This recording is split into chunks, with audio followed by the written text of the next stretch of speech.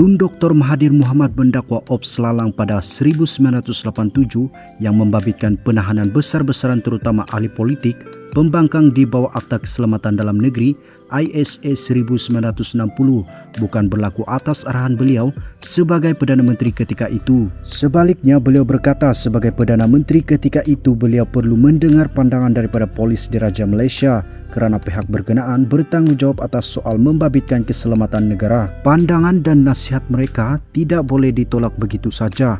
Malah perkara itu sudah dijelaskan oleh Muhammad Hanafi, Ketua Polis Negara ketika itu. Tun Muhammad Hanafi Omar berhubung keputusan dibuat oleh polis. Parti-parti dalam Pakatan Harapan selalu menyalahkan saya disebabkan Ops Lalang. Namun, apabila sesuatu menguntungkan objektif PH, mereka dengan bangga terima saya sebagai rakan dan pilih saya sebagai calon Perdana Menteri mereka, katanya melalui Facebook. Komen itu susulan kenyataan Datuk Seri Najib Razak yang antara lain turut menggelar Mahathir sebagai Mr. Isa, merujuk akta diguna pakai untuk menahan pemimpin pembangkang melalui Ops Lalang pada 1983. Melalui operasi itu, lebih 100 ahli politik terutama parti pembangkang ditahan, manakala lesen beberapa akbar dibatalkan. Menjawab tuduhan Najib bahawa beliau sebagai diktator sebenar, Mahathir melalui Muatnek sama berkata ketika menjadi Perdana Menteri keempat, Datuk Seri Anwar Ibrahim mengadakan demonstrasi setiap minggu dan beliau tidak menghalangnya. Bagaimanapun, katanya, sekarang sebagai Perdana Menteri, Anwar tidak benar langsung orang Melayu bincang masalah yang mereka hadapi. Proklamasi yang ditulis tidak salahkan bangsa lain tetapi nasib malang mereka. Ia menyalahkan pemimpin perasuah sahaja.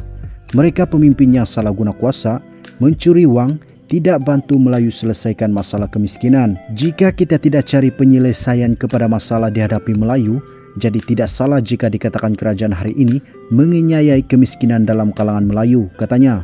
Beliau turut mengakui perbuatan berat sebelah terhadap Melayu adalah petunjuk sikap perkauman kerajaan.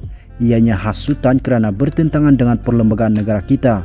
Oleh itu, pemimpin kerajaanlah yang perlu didakwa atas hasutan itu, katanya. Sebelum ini, Najib turut menyindir Dr. Mahathir yang menuduh Anwar sebagai diktator kerana menghalang kebebasan bersuara dan mengambil tindakan untuk menyekat parti pembangkang.